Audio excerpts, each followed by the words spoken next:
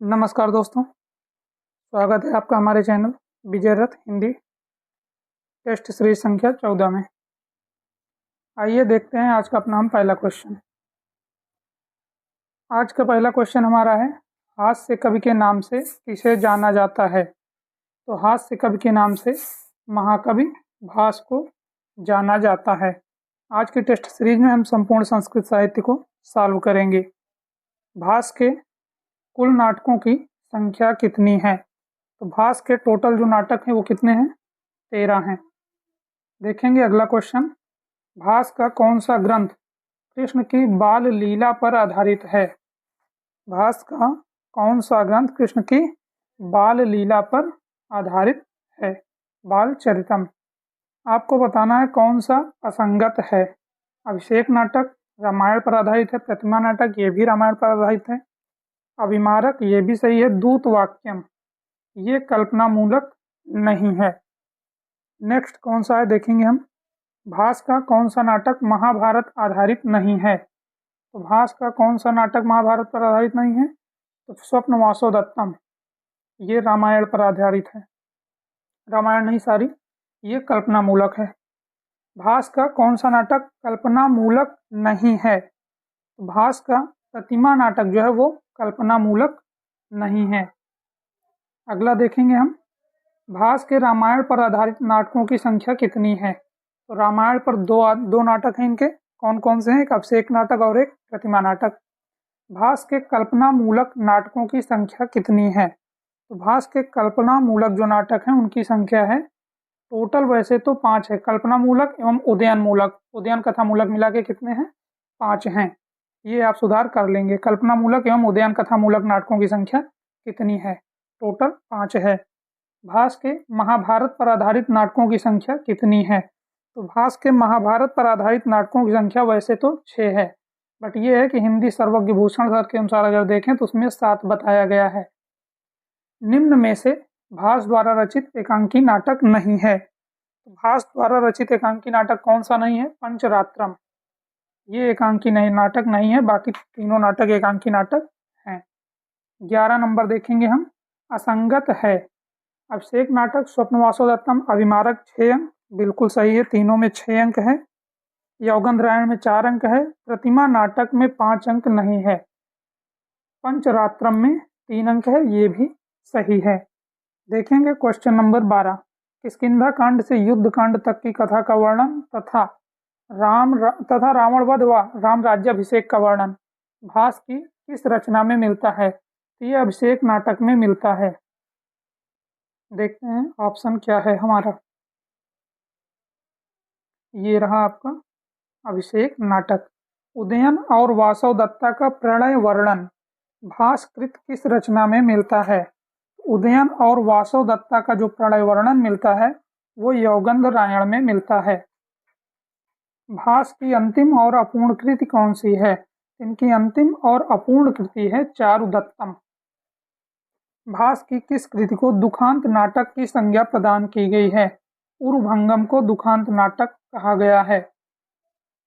भवभूति की उपाधि नहीं है, भवभूत की उपाधि कौन सी नहीं है? दीप शिखा इनकी उपाधि नहीं है, बाकी तीनों इनकी उपाधियां हैं। भवभूत की रचना नहीं है, तो भवभूत की रचना विक्रमोर्वशीयम नहीं है, बाकी तीनों रचनाएं इन्हीं की हैं। आपको अगर याद करना है भवभूति मामू से आप याद कर सकते हैं, माँ से मालती माधवम हो जाएगा, माँ से महावीर चरितम हो जाएगा और ऊ से आपका उत्तर राम चरितम, भवभूति मामू। नेक्स्ट हम देखेंगे, असंगत है।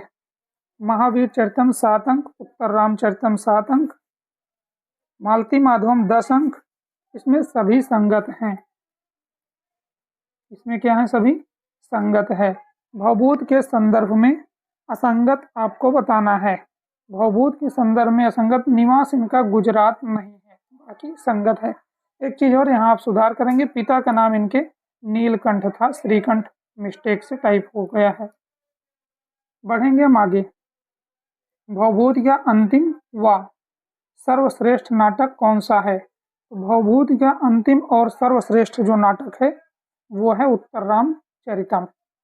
कालिदास की उपाधि नहीं है, कवि कुलगुरु, दीपशिखा, उपमाकर, पदवाक्य प्रमाणज्ञ। तो पदवाक्य प्रमाणज्ञ इनकी उपाधि नहीं है। अभी अभी हमने आप पीछे देखा भवभूत की उपाधि नहीं है, उसमें हमने देखा था दीपशिखा नहीं थी, तो वो आपको यहाँ मिल चुका है। दीपशिखा किसकी उपाधि है? कालिदास की उपाधि है। आगे बढ़ेंगे हम। कालिदास वैदर्भी रीति के अधिष्ठाता हैं। कथन किसका है? ये कथन है दंडी का। कालिदास कृत नाटकों की संख्या कितनी है? तो कालिदास जिन जो नाटक लिखे हैं उनकी संख्या कितनी है? 3 है। बढ़ेंगे क्वेश्चन नंबर 24 पे। क्या है हमारा 24 नंबर क्वेश्चन? निम्न में नाटक नहीं है। कुमार संभवम नाटक नहीं है, यह महाकाव्य की श्रेणी में आएगा। कालिदास की रचना नहीं है, तो रत्नावली इनकी रचना नहीं है, बाकी तीनों रचनाएं कालिदास की हैं। असंगत आपको बताना है। कुमार संभवम 17 सर्ग बिल्कुल सही है। रघुवंशम 19 सर्ग बिल्कुल सही है।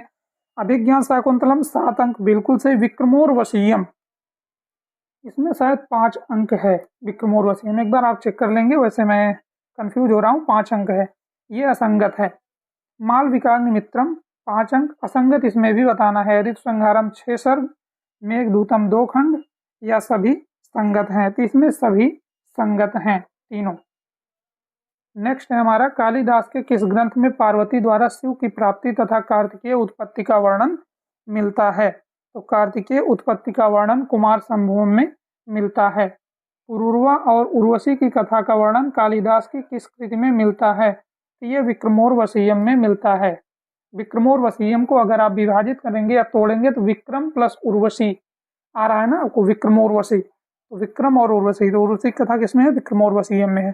कालिदास की कौन सी रचना लघुत्रयी में नहीं आती? तो ऋतु संहारम नहीं आती, ये तो आपको पता ही होगा। भारवी की उपाधि नहीं है। भारवी की उपाधि देखते हैं कौन सा नहीं है। आत्मपत्र, दामोदर भट्ट, शिखरणी कवि या अर्थ गौरव। तो इसमें से शिखरणी कवि जो है ये भारवी की उपाधि नहीं है। ऐहोल अभिलेख में भारवी का स्पष्ट उल्लेख मिलता है। किसका मिलता है? भारवी का। कालिदास के पूर्ववर्ती कवि कौन हैं? तो कालिदास के पूर्ववर्ती कवि भास हैं, ये तो आपको पता ही होना चाहिए। भवभूति के किस ग्रंथ में नमस्कारात्मक मंगलाचरण हुआ है? तो नमस्कारात्मक जो मंगलाचरण हुआ है वो उत्तर राम चरितम में हुआ है।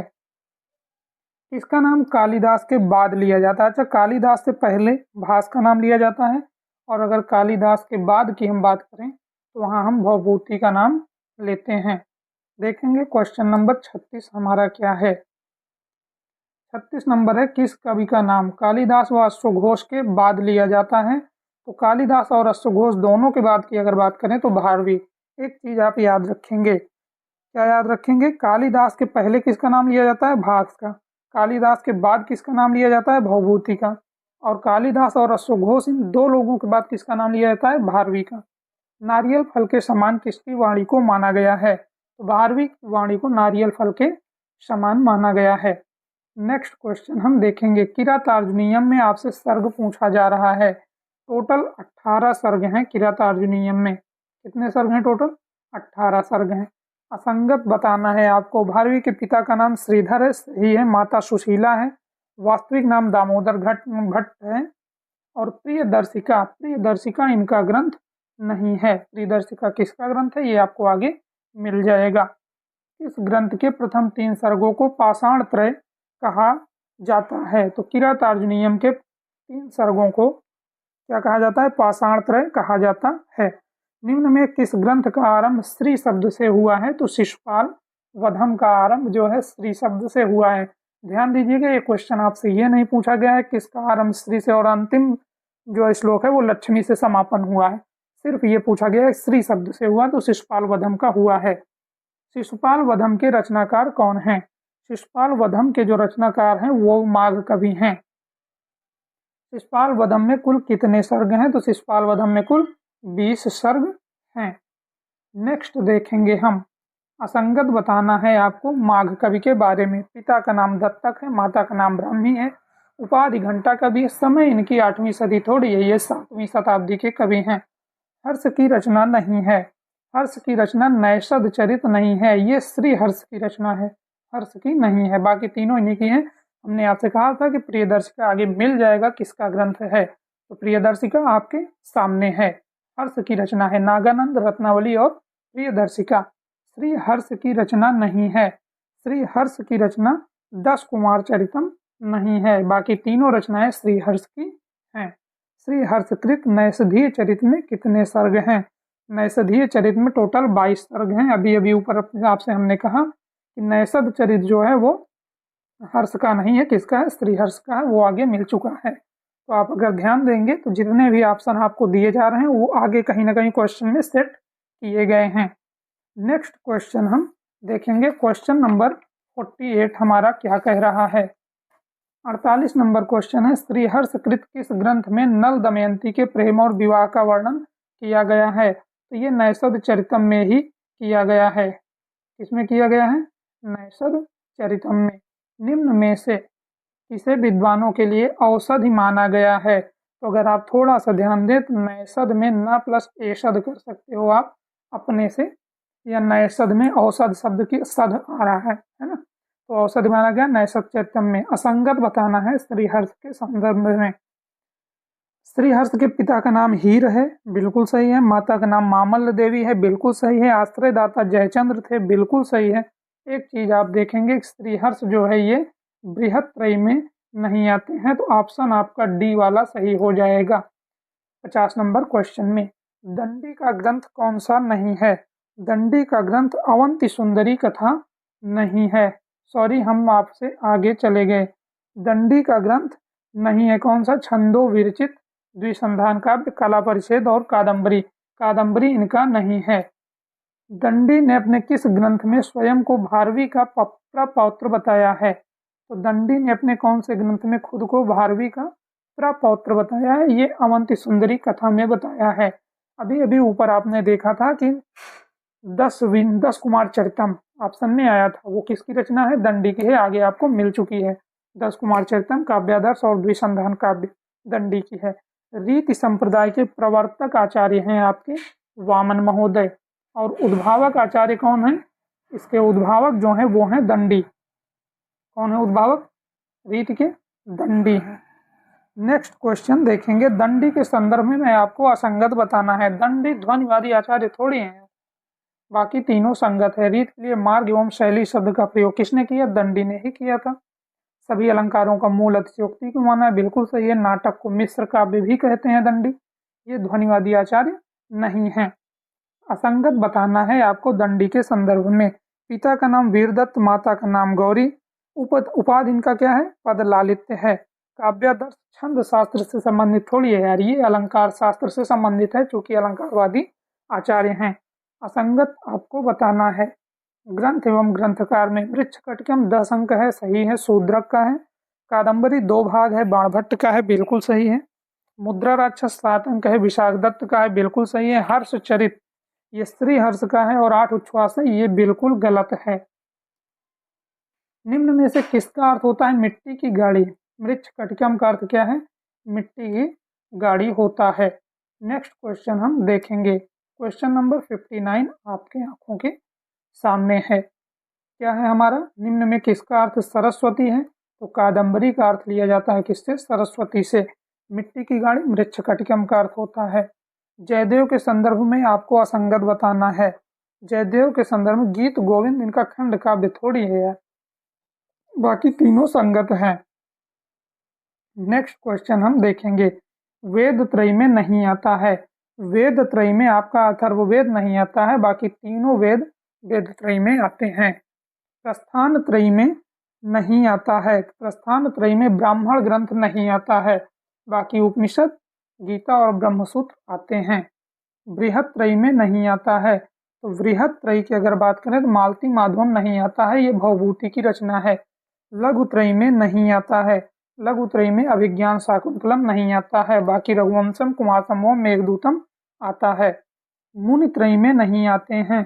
पाणिनि, पतंजलि, कात्यायन, वेदव्यास, तो वेदव्यास नहीं आते हैं, बाकी पाणिनि, पतंजलि, कात्यायन मुनि त्रयी में आते हैं। वर्ग त्रयी में नहीं आता है। वर्ग त्रयी में मोक्ष नहीं लिया गया है, धर्म, अर्थ और काम को लिया गया है। शतक त्रयी में नहीं आता है, तो गृहस्थ आपका शतक त्रयी में नहीं आएगा। नीति, श्रृंगार और वैराग्य शतक तीनों शतक त्रयी में आएंगे। असंगत बताना है आपको। भाण और व्यायोग 1 अंक होता है, बिल्कुल सही है। समबकार में 3 अंक होते हैं, बिल्कुल सही है। डिम या मृग में 4 अंक होते हैं। प्रकरण में 8 अंक, ये गलत है। प्रकरण में कितने अंक होते हैं ये आप कमेंट करके बताएंगे। सारी चीजें हम आपको नहीं बताएंगे, कुछ आप भी खोजिए जिससे आपको भी तैयार हो जाए। राजशेखर के संदर्भ में सत्य कौन सा है? तो राजशेखर के संदर्भ में सत्य पूछ रहा है, ये प्रिंट जो है मिसप्रिंट है, इसे आप सही करेंगे। यहाँ आपको लिखना है राजशेखर के संदर्भ में असत्य लिख लेना, या आप लिख लेंगे असंगत। क्या लिखेंगे आप? असंगत है। सवाल जो था वो यही था कि राजशेखर के संदर्भ में असंगत है, ये आप गलत काट देंगे। कौन सा असंगत है ये आपको देखना है। तो इसमें से असंगत है आपका बाल रामायण 10 अंक, बिल्कुल सही है। बाल भारत 2 अंक, बिल्कुल सही। विद्वशाल भंजिका 3 अंक, ये असंगत है, बाकी तीनों संगत है। राजशेखर की अधूरी कृति कौन सी है? बाल भारत इनकी अधूरी है, बाकी बाल रामायण, विद्वशाल भंजिका, कर्पूर मंजरी तीनों संगत है। देखेंगे क्वेश्चन नंबर 71 क्या है हमारा। काव्य मीमांसा, ये तो आपको पता ही होगा, राजशेखर का है। बालक शब्द तृतीया बहुवचन का रूप बताना है। तृतीया बहुवचन बालकई, क्या हो जाएगा? बालकई। बालिका शब्द षष्ठी बहुवचन का रूप बताना है। षष्ठी में नाम शब्द लग जाएगा, बालिका नाम, क्या हो जाएगा? बालिका नाम। मित्राय में आपको विभक्ति पूछी गई है, मित्राय में चतुर्थी विभक्ति होगी। अब आप जो है ये शब्द रूपों को पढ़ते रहिएगा। राज्ञा में विभक्ति है, राज्ञा में एक चीज आप ध्यान देंगे, द्वितीय और षष्ठी दोनों है, या तो हम एक वचन और दो वचन करके पूछते तब ये ठीक था। मुनि शब्द षष्ठी द्विवचन रूप मुन्यो हो जाएगा, मुनि मुन्यो मुनिषु। देखेंगे नदीभ्याम में विभक्ति है, नदीभ्याम, नदीभ्याम में तृतीया चतुर्थी पंचमी सभी है। अगर आप बालक का रूप भी जानते हैं तो पढ़ते होंगे बालकाभ्याम, नदीभ्याम, ये तीनों में आ जाएगा। असंगत आपको बताना है, आत्मनि सप्तमी एक वचन, सर्वस्व चतुर्थी एक वचन, युष्मत षष्ठी बहुवचन, ये गलत है। धेनु धेनुवो धेनु नाम, धेनु नाम मतलब आप चले जाएंगे षष्ठी में। मधुने मधुभ्याम मधुभ्या, भ्या आ रहा है मतलब आप चले जाएंगे चतुर्थी में। पित्रा पितृभ्याम पितृभी, भी आ रहा है मतलब आप चले जाएंगे तृतीय में। मातु मात्रो मातृणाम, नाम शब्द आ रहा है मतलब आप चले जाएंगे षष्ठी में। द्योह में विभक्ति बताना है, द्योह में आपका ए तथा बी दोनों होगा, पंचमी और षष्ठी दोनों होगा। नेक्स्ट क्वेश्चन हम देखेंगे। हरो हरियो हरिसु, सु आ रहा है आप सप्तमी में चले जाएंगे, सप्तमी बहुवचन है हरिसु। में नौ नह, में नौ नह में बी और सी दोनों हो जाएगा, चतुर्थी और षष्ठी। त्वाम त्वा वाम वह, त्वा वाम वह में विभक्ति बताना है, तो त्वा वाम वह में द्वितीय विभक्ति होगी। असंगत बताना है आपको, अर्बुदम का 10 अरब थोड़ी होता है, अर्बुदम का अर्थ सिर्फ 1 अरब होता है। असंगत आगे भी बताना है, हम देखेंगे। 10,000 अयुतम का है, न्यूतम का 10 लाख है, प्रयुतम का भी 10 लाख होता है। लट लकार वर्तमान काल, लोट लकार आज्ञार्थक काल, लृट लकार भविष्यत काल, तीनों सही है। रिंग लकार जो है ये भूतकाल नहीं होता है। असंगत बताना है आपको, लिट लकार परोक्ष भूतकाल विधिलिंग लकार चाहिए के अर्थ में, लेट लकार संशय के अर्थ में, लंग लकार, ये जो लंग लकार है ये आपका भूतकाल में चलता है। पठ धातु लंग लकार प्रथम पुरुष एक वचन का रूप बताना है आपको। पहले तो ये जानिए कि लंग लकार में रूप कौन सा चलता है भूतकाल में, वहाँ क्या चलता है? अपठत वाला चलता है, तो अपठत आपके सामने है। पिब धातु विधिलिंग लकार प्रथम पुरुष एक वचन का रूप है, विधिलिंग लकार चाहिए के अर्थ में होता है। पहले आपको ये पता होना चाहिए कि रूप कैसे चलेगा, तो वो चलेगा पिबेत पिबेताम पिबेयु के रूप में, तो आपका ऑप्शन हो जाएगा ए। नेक्स्ट क्वेश्चन हम देखेंगे। भू धातु लृट लकार मध्यम पुरुष द्विवचन का रूप पूछा जा रहा है। लृट लकार यानी भविष्यत काल, तो आपको पता होना चाहिए भविष्यत भविष्यता भविष्यन्ति भू धातु चलता है। भविष्य से भविष्यति भविष्यथा क्या हो जाएगा आपका, भविष्यथा हो जाएगा। गम धातु लोट लकार मध्यम पुरुष एक वचन। पहले जानिए लोट लकार का रूप कैसे चलता है। कैसे चलता है, जैसे आप पढ़ते हैं पठतु पठताम पठन्तु, पठ पठतम पठत, तो इसे गच्छ गच्छतम गच्छत, ऐसा ही कुछ चलेगा। गम धातु लोट लकार मध्यम पुरुष एक वचन गच्छ हो जाएगा। लिख धातु लट लकार मध्यम पुरुष बहुवचन पूछा जा रहा है। अगर पठ धातु का याद है तो लिख धातु आप याद कर लेंगे, और पठति पठता पठन्ति का रूप आपको पता ही होगा। दत्ताम धातु में कौन सा लकार है, दत्ताम में आपका हो जाएगा लोट लकार। नेक्स्ट क्वेश्चन देखेंगे हम, 96 नंबर क्या है हमारा, आपनुत धातु रूप में कौन सा लकार है। आपनुत धातु रूप में लंग लकार है आपका। अस्मद शब्द पंचमी बहुवचन का रूप पूछा गया है। अस्मद शब्द पंचमी बहुवचन में हो जाता है अस्मत्। युष्मद शब्द द्वितीया बहुवचन का रूप है, तो द्वितीय बहुवचन का रूप हो जाएगा युष्मान। अस्मद और युष्मद आप अपना याद कर लेंगे। चयनम में संधि पूछा गया है। चयनम में अयाती संधि है, जहाँ ए का अय का आय, ओ का औ और औ का आव हो जाता है। नेक्स्ट देखेंगे हम, श्रावका का संधि विच्छेद बताना है आपको। श्रावका में अगर आप ध्यान दें तो इसमें आव शब्द आ रहा है, ओ का औ का आव होता है, तो आपका हो जाएगा श्रौधन का।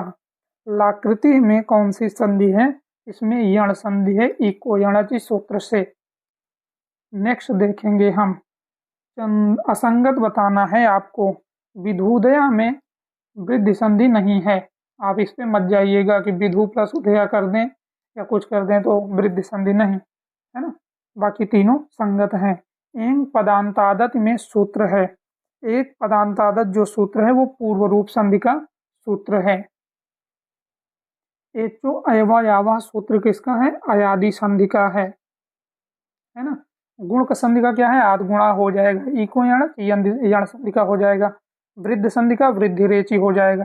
विष्णुओं में संधि पूछा जा रहा है आपसे, इसमें हो जाएगा पूर्व रूप संधि। प्लुत प्रगृह अच नित्यम सूत्र है। प्लुत प्रगृह अच नित्यम, ये प्रकृति भाव संधि का सूत्र है। हरिम प्लस वंदे कौन सी संधि है, तो इसमें अनुस्वार संधि है, क्योंकि जब दोनों मिलेंगे तो क्या हो जाएगा, यहाँ हरिम वंदे हो जाएगा, यहाँ बिंदी लग जाएगी और ये वंदे हो जाएगा। देखेंगे सच्चरित्रम में कौन सी संधि है।